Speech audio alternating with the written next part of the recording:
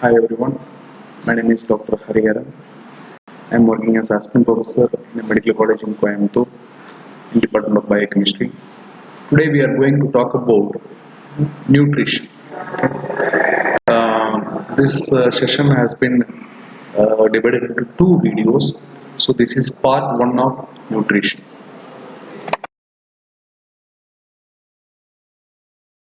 First we have to understand some basic concepts. Okay. See, 1 kilogram of rice and 1 kilogram of spinach are not the same. And 1 kilogram of rice and 1 kilogram of meat is not the same. So, similarly, each food items have a thing called energy density, also called calorific value. So, what is this calorific value?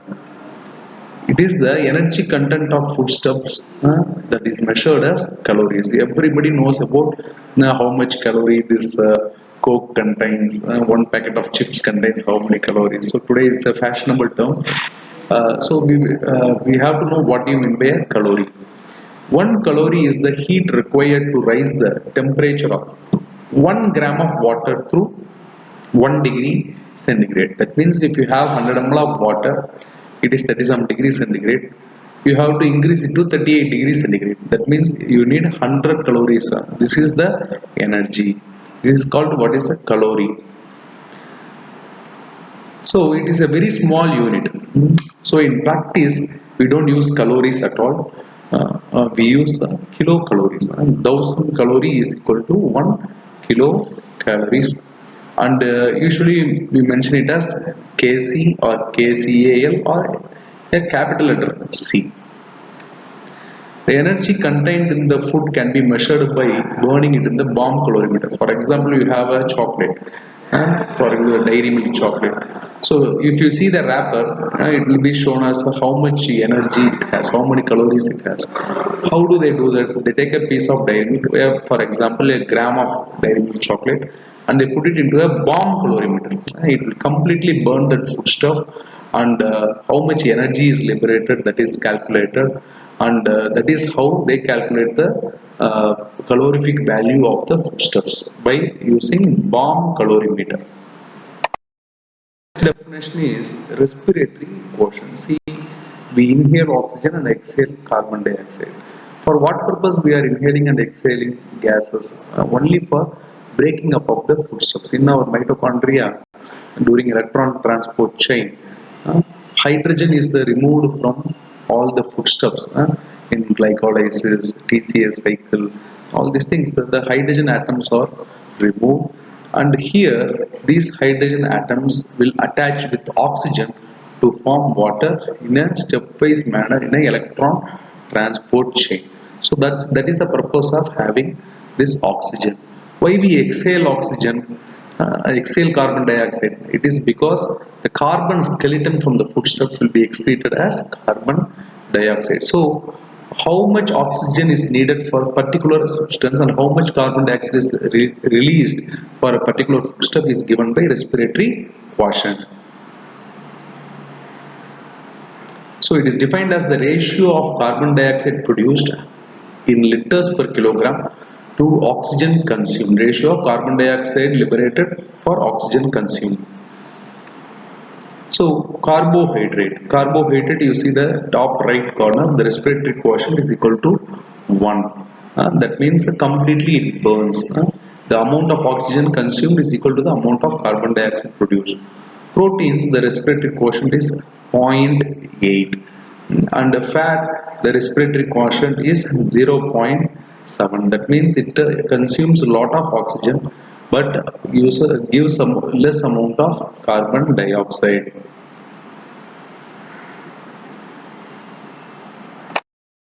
So for what purpose energy is needed for human beings? Okay, see, there are basically only three purposes. You may need energy for so many extracurricular activities and all, but basically energy is required for only three processes. What are they? One is your BMR. What is this basal metabolic rate?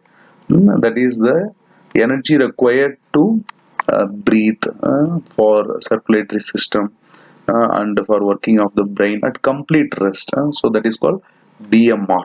And the second thing is the specific dynamic action of the food. We will discuss in detail what is the specific dynamic action in the further slides.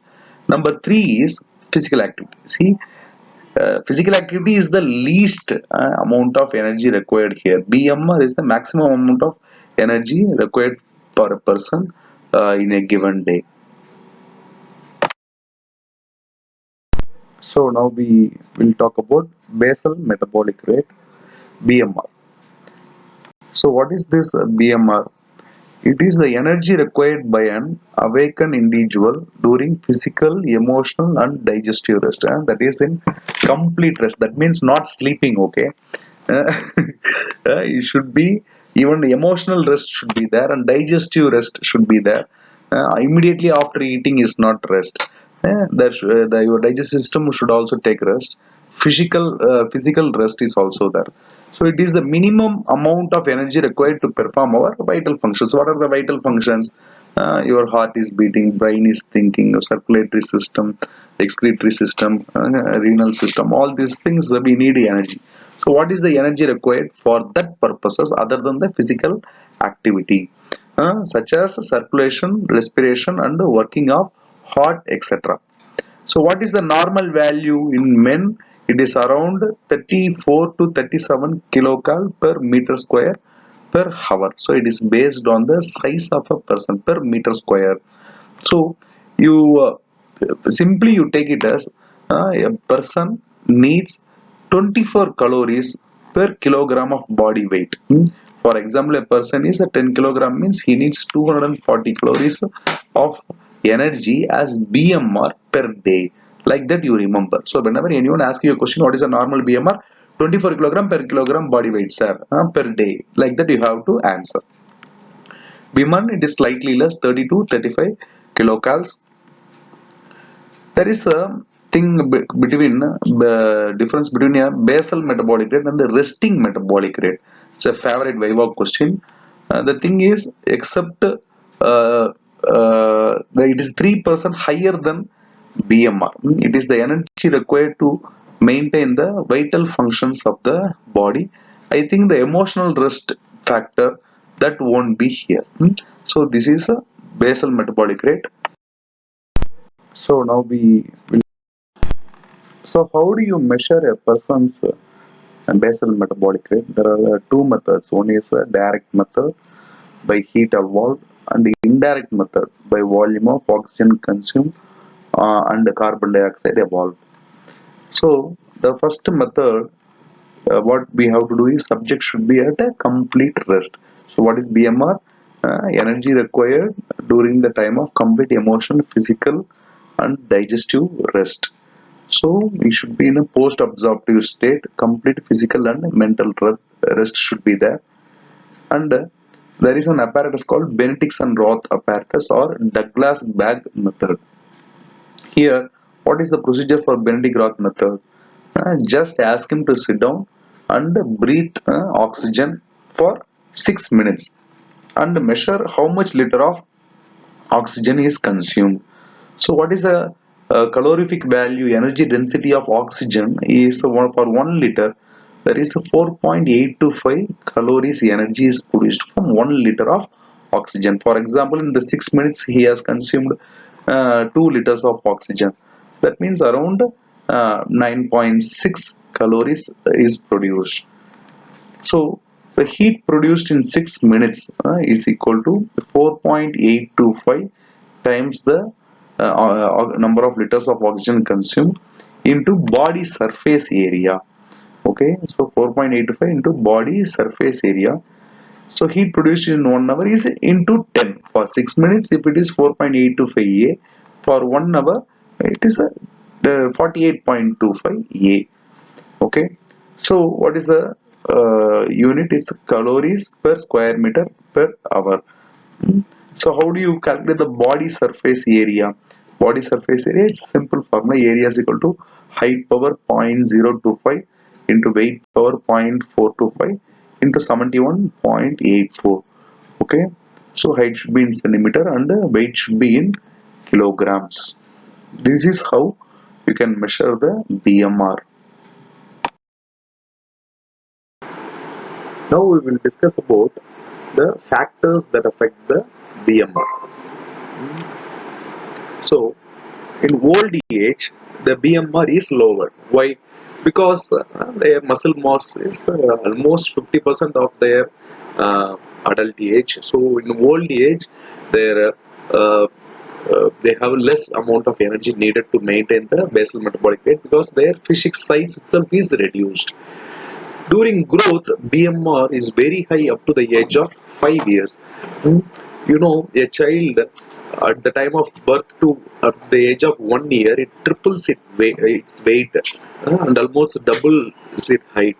So, during at the age of under 5, the BMR is keep on increasing. Okay, because their growth, bone growth, muscle growth, all brain growth, all for all these things there is a lot of anabolism is going on. So at the time BMR will be very high.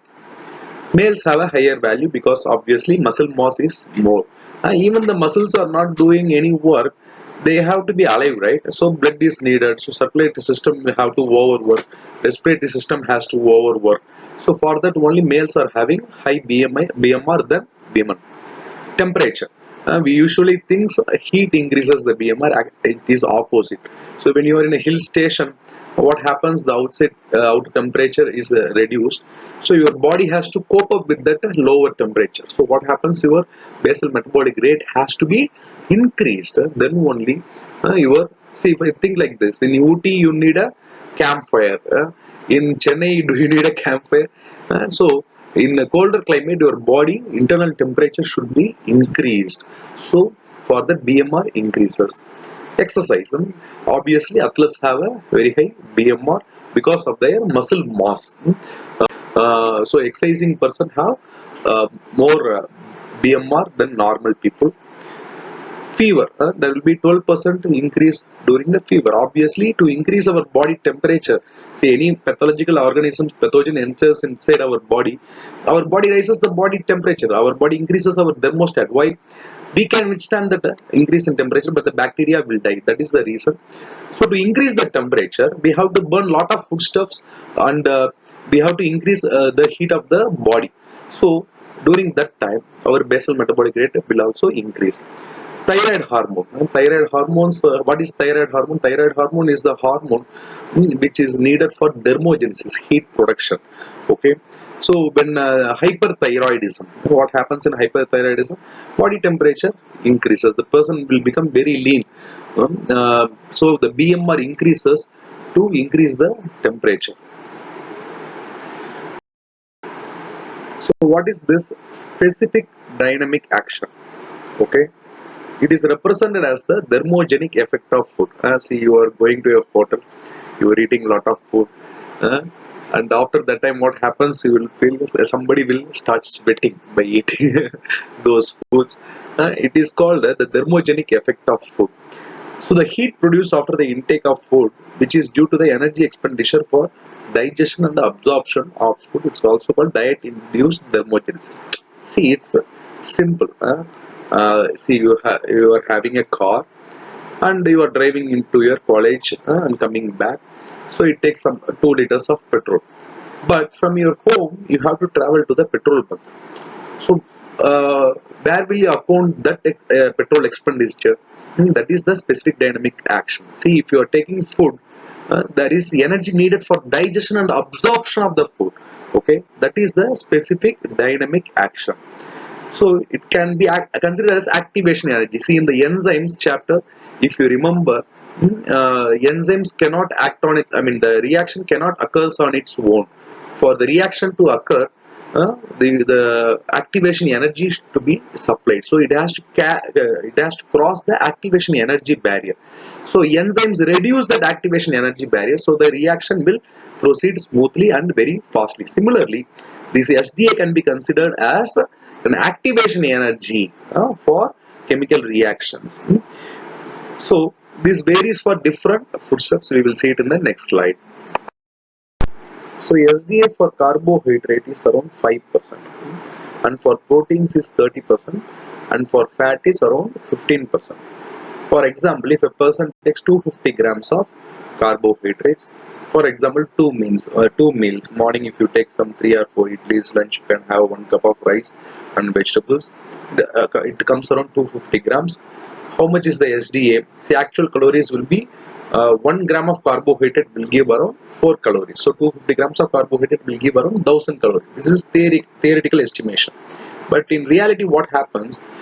To digest and to absorb this 1000 calorie of carbohydrate, 50 calories are needed to digest and absorb. So it is drawn from our reserve energy. So the generation of energy from 250 grams of carbohydrate is not 1000 calories, it is just 950 calories. So the extra calories should be provided to account for the loss of energy as SDA. And you can see one point here. See, for proteins it is 30. So nowadays it is fashionable to take a high protein diet for weight loss. See, almost 30% of the proteins, if you take, it gets destroyed before reaching our bloodstream. So it is an ideal thing to have a high protein diet. So for what reasons we require energy for? Number one, it's BMR, maintenance of the basal metabolic rate. Number two is your specific dynamic action, and number three is physical activity. So there are three types of activity levels exist.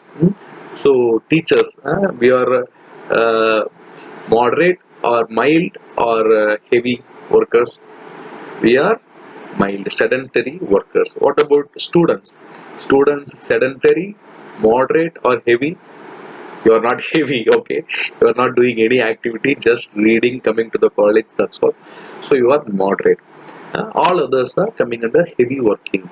The energy required for physical activity are sedentary. Teachers and office staffs, they require only 30% of BMR. See, we have a huge figure, okay.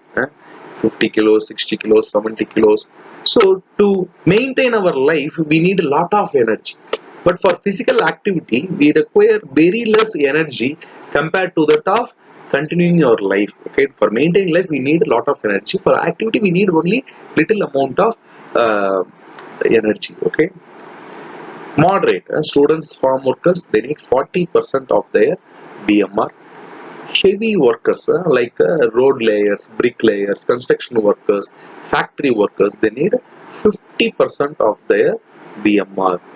Additional energy requirement for pregnancy, around 300 kilocalories per day is needed for pregnancy, and lactation 500 calories per day, because baby exclusively depends on the mother for the energy. Okay, see, this is a you have to remember this last point. I can tell you as a take home point. How do you calculate calorie requirements for an individual? First, you have to check his weight and find out whether he is male or female, because their BMR is different. Okay, you have identified it's a 55 kilogram Indian man. You forget about the Westerners. For Indian man, 55 kilogram energy required per day. So what is the maximum energy need among the three activities? One is BMR, number two is your SDA, number three is physical activity. So BMR, I told you, per kilogram of body weight per day he needs around 24 calories. 24 into 55 kilograms equal to 1320 calories. So moderate work. So find out moderate work, what is there? So you see blue color, moderate, 40% of BMR. So what is the 40% of 1320? It's 528 calories. So total energy needed is 1848 calories. Is this enough?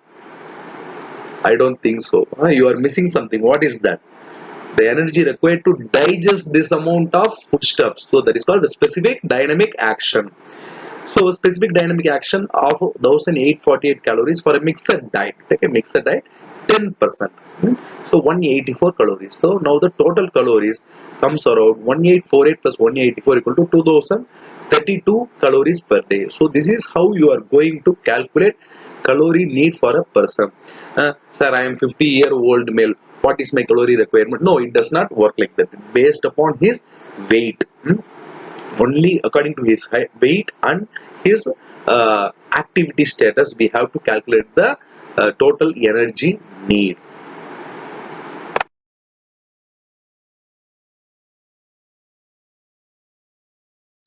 So what are the three major nutrients in our food? One is carbohydrates, and another one is proteins, and third is fat. So these three are the major nutrients in our food.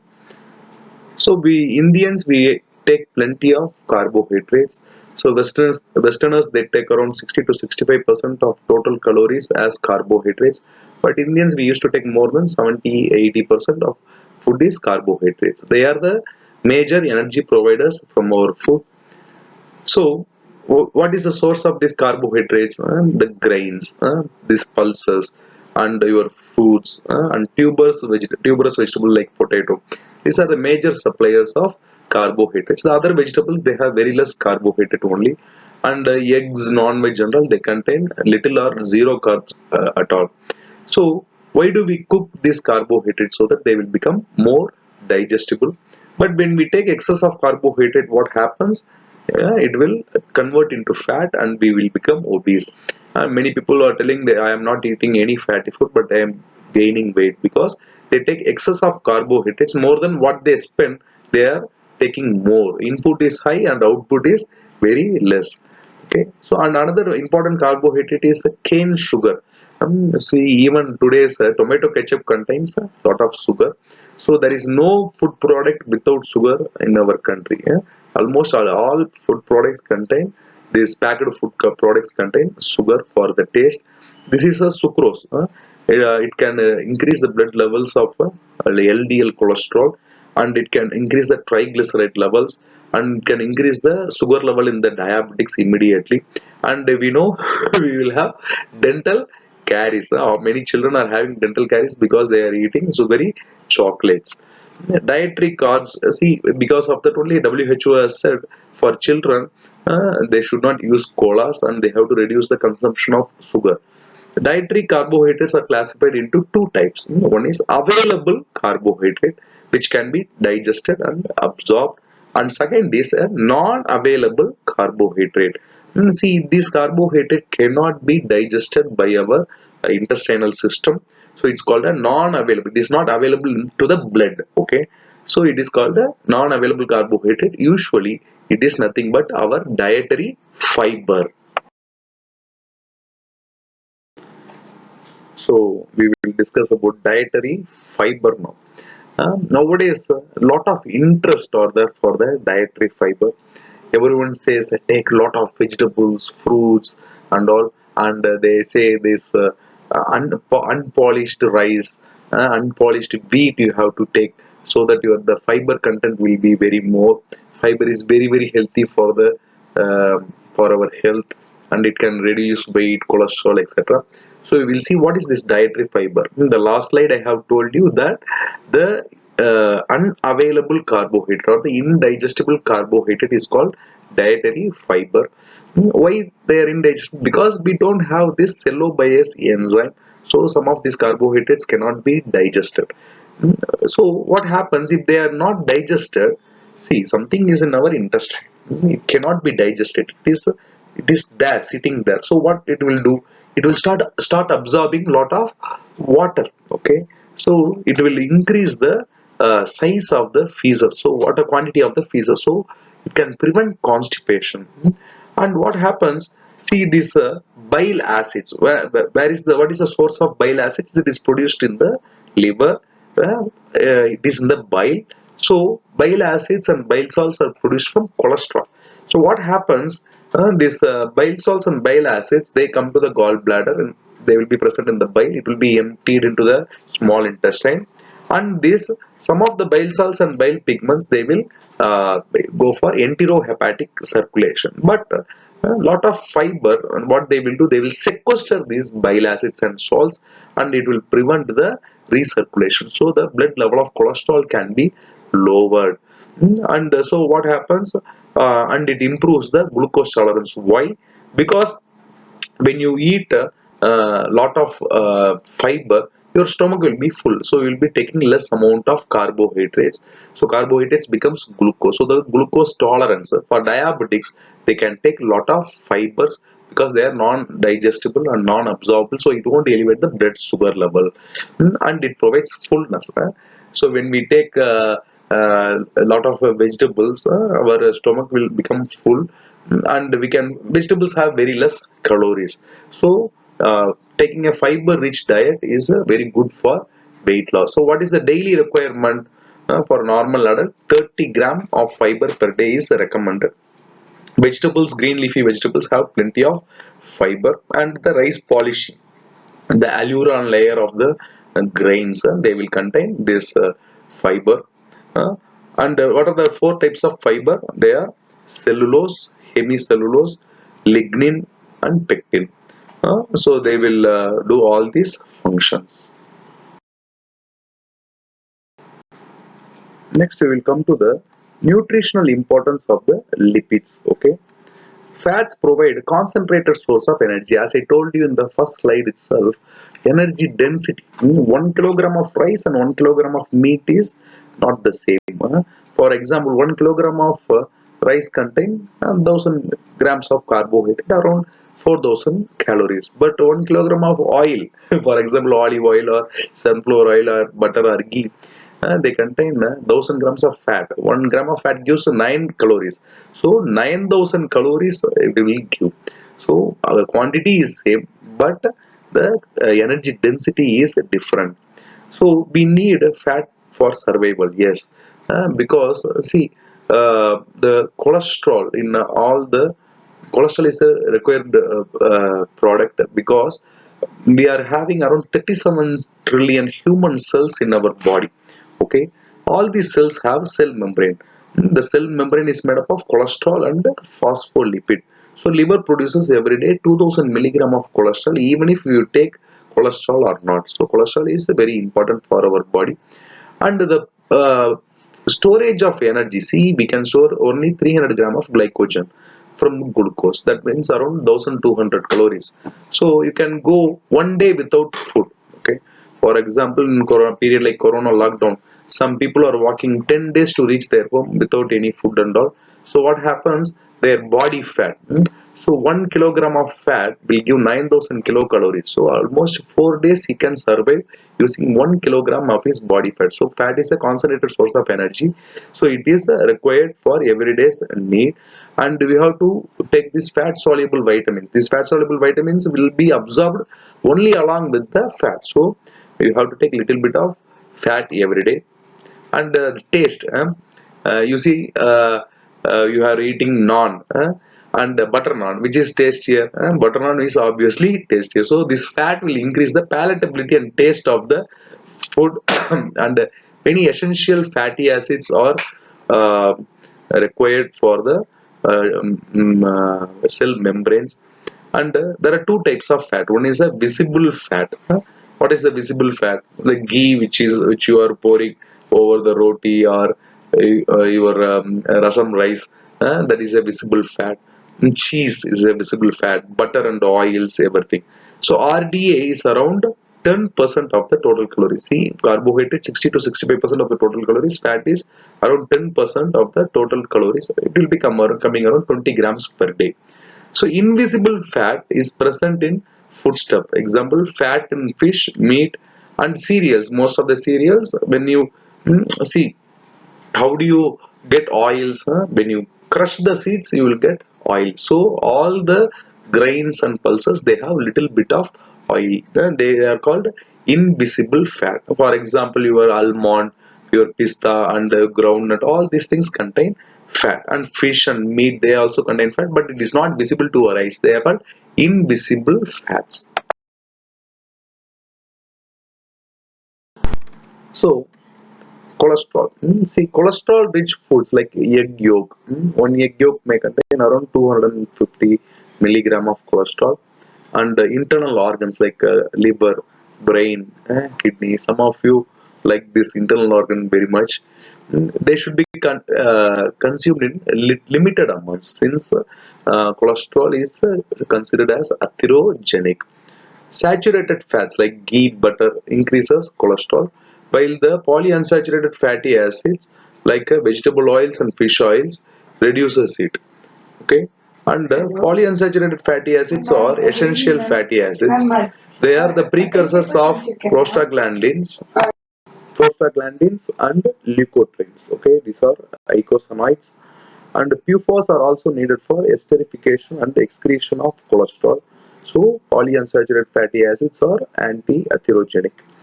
Omega 3, it's widely said it's a very great antioxidant. It is from fish oil. Okay, it decreases LDL and VLDL, so it reduces the risk of coronary artery disease. So taking daily 1 or 2 fish oil capsules, not cod liver oil, omega 3 fish oil capsules can prevent getting heart attack. Can you tell me one non-natural oil or a non-natural fat? It does not exist in the nature. It cannot be produced by the natural food products, but it can be produced only by the man. So God cannot create it. Only man can create it. So what is that fat? It's very dangerous to the body. Yes, it is called trans fat. So what is this trans fat? Trans fatty acids. See, fatty acids exist in cis form and trans form. They are isomers to each other. Cis is good for our health and trans is bad for our health. So it is present in hydrogenated products. What is the hydrogenated product? Do you know Vanaspati? Vanaspati. Previously they use it to make a lot of sweets and all. Nowadays it is rarely used. It is hydrogenated.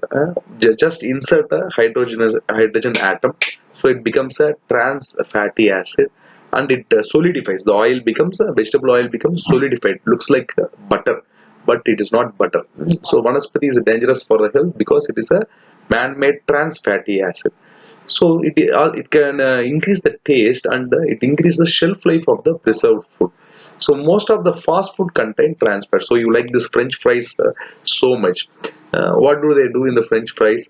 And they will have a preheated oils, and they keep on putting this potato, and they will fry it. Have you ever seen that oil being changed? Or you go to any shop, any hotel, a 5-star hotel, 3-star hotel, even your tea shop, and they are making tasty bhajis, bakoras, everything, but they will never change the oil. Okay, they will take a new packet of oil and they will pour it in the old oil itself. So if you closely watch that oil which is present, it may be dated back around 5 to 10 years before also. So this oil is keep on reheated, and the chemical structure will definitely change. So whatever cooked inside, it is a trans fat. This trans fat, they will affect the endothelial function of our coronary arteries. So what happens? And it leads to atherosclerosis, and it increases the insulin resistance, leading to diabetes. So this is a trans fatty acid, very dangerous for the health. What is the RDA of the fats? I told you 15 to 20%, 20 to 25 grams. Out of them, 20 to 25 to 30% must be PUFA, and in them there are short chain fatty acid, medium unsaturated fatty acid, polyunsaturated fatty acid. I'm sorry, it's a saturated, monounsaturated, polyunsaturated fatty acid ratio must be 1:1:1. So this is regarding the nutritional importance of the fats. So the third major nutrient are proteins. Okay. So what is the nutritional importance? You know, it is the building blocks of our body. All the muscles are made up of proteins. All the enzymes are proteins. Okay, and the transport proteins. So many proteins are needed for our body, and it also provides 10 to 15% of energy from the diet. You know, the essential amino acids are Matt will fly. The mnemonic you have to remember: isoleucine, leucine, threonine, lysine, methionine, phenylalanine, tryptophan, and valine. So they should be consumed by the diet. It cannot be produced inside our body. Only the non-essential amino acids can be produced from the essential amino acids by transamination reaction. And there are semi-essential amino acids. They are histidine and arginine. They are growing children needs a lot of essential amino acids and the semi-essential amino acids.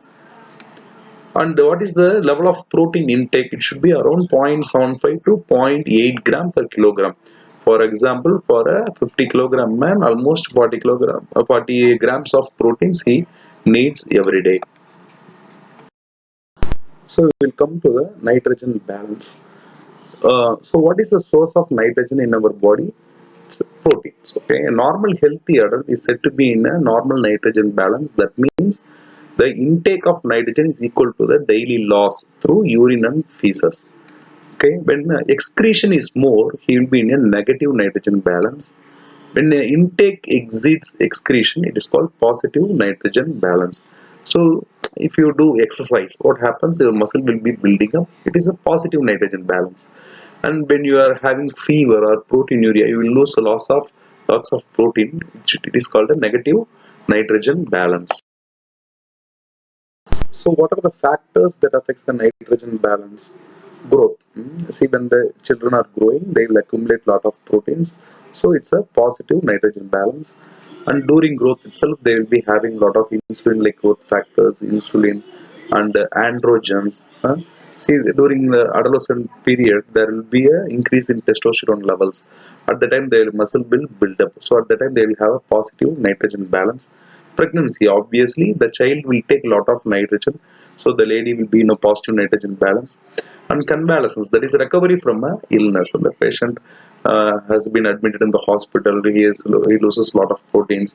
Once he is recovering, he will eat a lot of proteins. So he will be in a positive nitrogen balance. But during illness, there will be, after like trauma, surgery, burns, he will be in a negative nitrogen balance. And protein deficiency syndromes like kwashiorkor, they won't eat proteins at all. So the body will keep on taking proteins for energy. So the patient will have negative nitrogen balance. So how do you find out a good quality protein from the food you take? They are called the nutritional indices. So how do you assess the nutritional value of proteins? Number one is you have to give the protein to an animal and you have to assess the weight gain. And there is formulas like biological value. It is the ratio between nitrogen retained and nitrogen absorbed during specific interval after giving protein rich foods. So retained nitrogen divided by absorbed nitrogen into 100 is the biological value. See, the biological value of egg is 1. Okay, so they say egg is the greatest protein in the nature. It contains all the essential amino acids and the protein is completely retained and completely absorbed. And net protein utilization. It is a better index than biological value to measure the nutritional availability and the quality of the protein. So it's a retained nitrogen by intake of nitrogen. First formula is retained nitrogen by absorbed nitrogen. Here retained nitrogen by intake of nitrogen into 100. And the third one is protein efficiency ratio. This is the first point we have seen. Weight gain per kilogram of protein taken is called protein efficiency ratio. So based on these three parameters, the quality of the proteins are assessed. So we come to the malnutrition diseases. See, in India, there was at a period of time there are a lot of famines, flood and all. At the time, people cannot take enough food, so they succumb to a lot of diseases and death. Okay, and due to the time of India-Pakistan migration during 1948, many Hindus are shifting to Pakistan. Many Muslims are, Muslims are shifting to Pakistan, and Hindus are coming back inside. They need to walk a long distance. Then many people died of malnutrition, even in Somalia, Rwanda, Uganda. So many people are affected by these malnutrition diseases. So malnutrition, we always think it is undernutrition because of the deficiency of food. But is it true today? And today there is obesity. Obesity is also a malnutrition. You have to understand this concept. There are two things. One is undernutrition and another is overnutrition. So for people like us who are sitting at home during this corona time, we are having overnutrition. Every day 3 to 4 types of food we cook and eat. There is no work at all. But you see the migrant workers, what is the problem with them? They don't have enough food. They get undernutrition. Okay, so what is the WHO classification of malnutrition? So undernutrition, there is kwashiorkor, marasmus, cachexia, marasmic kwashiorkor, nutritional dwarfism, and underweight children. And there is overnutrition, that is nothing but obesity. So there are two ends of the spectrum, and India have common in the both the spectrums. So kwashiorkor is the most common form of undernutrition. So what is the name suggests? So it's derived from the country of Ghana. And Dr. Williams, he observed that it is a sickness of a deposed child when a newborn child is born. For example, in Tamil Nadu we say the second child is the favorite child because the first child they will grow very strictly, and the second child they will pamper the child like that. So when a newborn is born in a poor family, like a country, like a backward country like African Ghana, what happened? All the protein-rich food will be given to the newborn baby, and the firstborn baby is neglected. So what they will give? They will give like gruel, kanji, like porridge, rice kanji, like that they will give.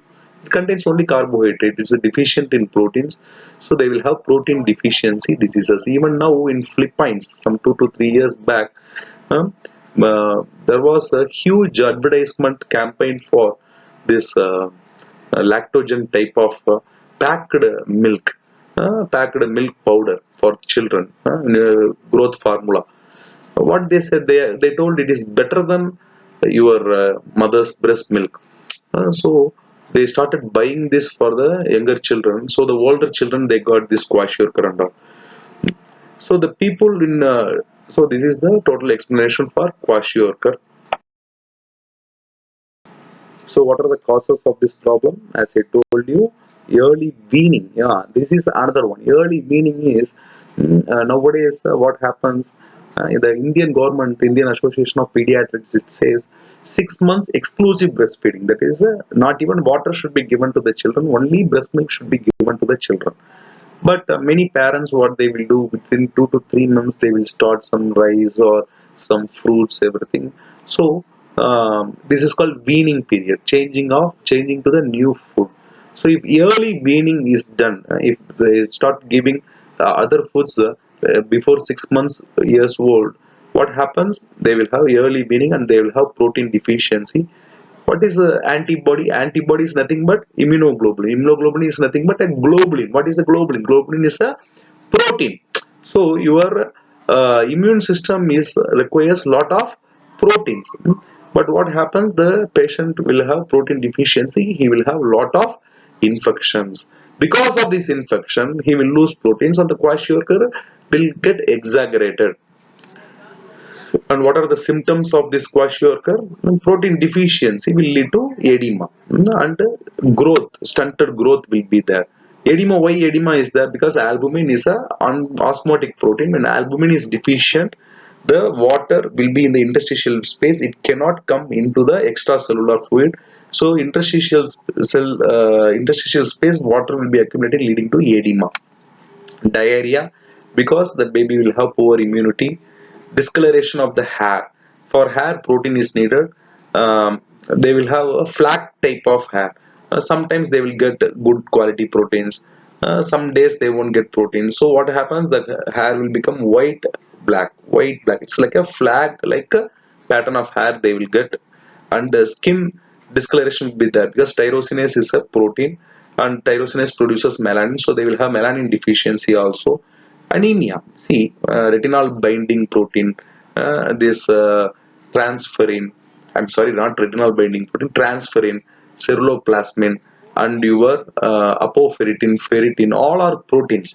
So proteins are highly required for iron transport. So in iron deficiency anemia, because in kwashiorkor there will be anemia. Apathy. Apathy means what? Loss of interest in the surroundings. So these are the features of anemia. Moon-like face is the face will look like moon because he is having edema, and there will be repeated infections. So can you see the baby here? It's an African baby. Can you see the whitening of the hair? Yes. And can you see the edema all over the body? It's called anasarca. Some moon-like faces is present. See, even eyes have gone inside because of the facial edema. And can you see the child's legs? There is some skin peeling off. That is nothing but infections. See, the baby is crying because protein deficiency is there. It is weak, and apathy is there. So what will be the biochemical manifestations in a kwashiorkor child? Obviously, plasma, total protein and albumin will be reduced, and LDL should be transported out of liver. Okay, LDL is produced as VLDL by the liver. So this cholesterol is not transported. So because protein, lipoprotein production, ApoB is from liver. So what happens? Liver accumulates cholesterol leading to fatty liver, and diarrhea will be there. So a lot of potassium is lost and leading to hypokalemia and dehydration. How do you treat this patient? Just give proteins. It's a simple disease to treat. You have to give 3 to 4 grams per kilograms of body weight. What is the normal intake of protein? 0.75 to zero point 0.8 grams, but here you have to give almost 4 to 5 times of that, 3 to 4 grams per kilogram of body weight per day. And you have to monitor the prognosis by seeing the reduction of edema, infections, and the gain in body weight, serum albumin concentration, etc. Marasmus, this occurs usually during migrations. Okay, so what happens during migration, during a famine, flood, or a riot, a communal riot? People will be shifting to the um, relocation to some other countries. At the time, what happens? They won't get food, they will lose weight. So marasmus is nothing but deficiency of food or deficiency of calories. But kwashiorkor is deficiency of protein, but the calorie intake will be there. But marasmus, the calorie intake is itself is low. So what is the meaning of the word marasmus? It means to waste. It occurs usually less than 1 years of age, and it is due to the deficiency of calories in famine, poor socioeconomic status, and providing only cereals during weaning time. Symptom is mainly marked growth retardation, decreased weight for height, muscle wasting will be there, anemia will be there, weakness will be there, no edema. What if you don't take food for 10-15 days? You will be weak. And that is nothing but marasmus only. Signs: there will be hypoglycemia, sugar level will start reducing, but it won't happen in kwashiorkor. Treatment: you have to give a balanced diet. See this child here. He looks like just 4 or 5 years old, but he is actually 11 years old. He is what happened? He is not taking any food at all. The mother is not providing any food at all, he may be an orphan.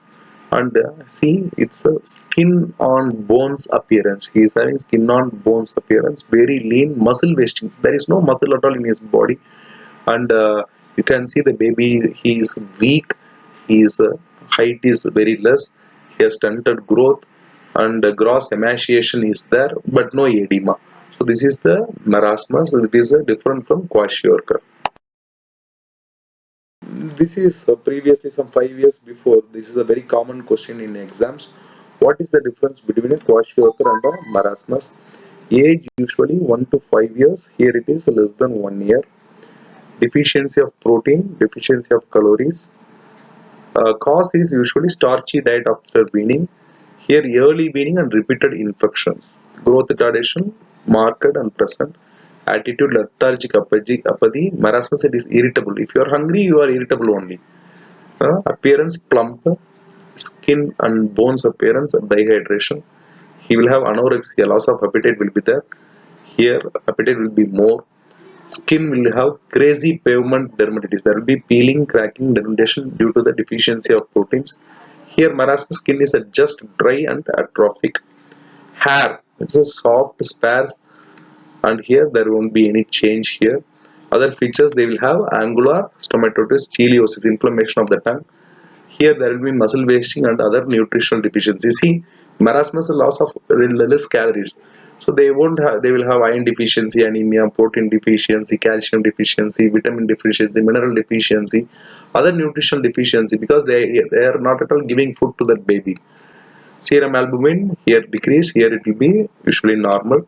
Cortisol, it is decreased here. Marasmus, it is increased because marasmus is a highly stressful condition.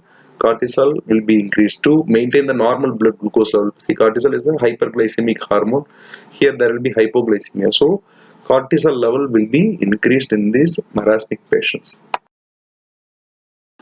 And the third nutritional disorder is cachexia.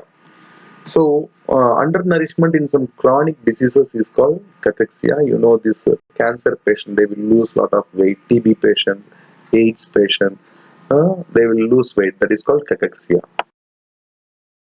So, how this cancer cachexia occurs? What is the pathophysiology? So, when cancer is there, what happens? They will produce a lot of cytokines. Breakdown will proteins will break down, and this energy is used to produce the cancer proteins. It is leads to cachexia, and cytokines also increases the body temperature by producing thermogenin. It will lead to cachexia. Energy is wasted. Cancer cells produces proteoglycans, which activates hormone sensitive lipase. So increased lipolysis. So they will be converted to triacylglycerol. It is a highly energy consuming process. It's a futile cycle. Energy is wasted, and there will be a lot of anaerobic glycolysis, because what happens inside a cancer cell, the cancer cell will be rapidly growing, but the blood vessels will not grow. See how a cell will be there. For example, these are the capillaries. Okay, in between cells will be there. This is how our cells are there, but cancer cells, they grow very fast. So what happens, they cannot, the blood vessels cannot accommodate each and every cell, so the cells will go for anaerobic glycolysis. Anaerobic glycolysis, you know, 1 gram of glucose will give around only 2 ATP, but in aerobic it is almost 10 to 15 times more. Anaerobic glycolysis also produces a lot of lactate, and lactate will become glucose. That is also a highly energy consuming process. So energy is wasted, leading to cachexia.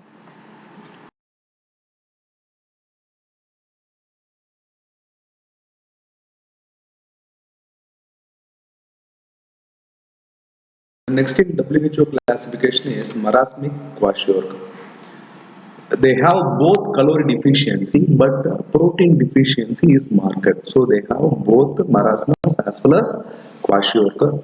Growth is markedly reduced, and edema will be there because there is a protein deficiency. Weight for height is reduced. Treatment give more proteins and a balanced or a high calorie diet. Okay, next in classification is nutritional dwarfism. It is a marked stunted growth due to calorie deficiency for a prolonged period. For a prolonged period, if calorie deficiency is there, the growth will be retarded, marked stunted growth will be there. This is called nutritional dwarfism. And next is underweight children. Due to reduced calories, moderate weight gain appreciated than the standard WHO growth chart. You have seen many patients, parents says that my children is not gaining weight at all. So it may be called an underweight children. So let's come to the WHO classification of malnutrition. We'll see the similarities and differences between the various disorders. First we will come to kwashiorkor. Kwashiorkor, weight will be obviously reduced, but there will be edema, and reduced weight for height will be there. So weight will be less, but height there won't be a problem. What about this marasmic kwashiorkor, the last one we have discussed? The weight is markedly reduced, and edema is present, and reduced weight for height is there, markedly there, because there is marasmus is there. So marasmus, what about the weight? Weight will be less. What about edema? Yes, edema will not be present, and weight will be reduced. What about nutritional dwarfism? Dwarfism, weight also reduced, no edema, reduced weight for height. They are dwarfs, they have a small height only. And underweight children, only weight reduction will be there. So the nutrition class is over. So I think you have enjoyed this first session. We'll meet you in the second session. In the meantime, you can can download the notes. The same PPT slides as PDF format is available in the first comment below this video. You keep on scrolling and comment will be there. Search for my comment and you can download that PDF format. You can print it out and you can read and you can watch the video again along with this. So you'll be having a very good understanding. Always know that listening is always better than reading. You will have a long-term memory. It will be improved when you listen and then read. Okay, and this is my book, and Dr. Evangeline Jones, she is professor of biochemistry in Salem, Tamil Nadu. Herself and myself, we both co-authored this Uniquestic series of biochemistry book. This is available with the JP Publishers, a very well known publisher. It is available in Amazon, Flipkart and many of the sites. It contains this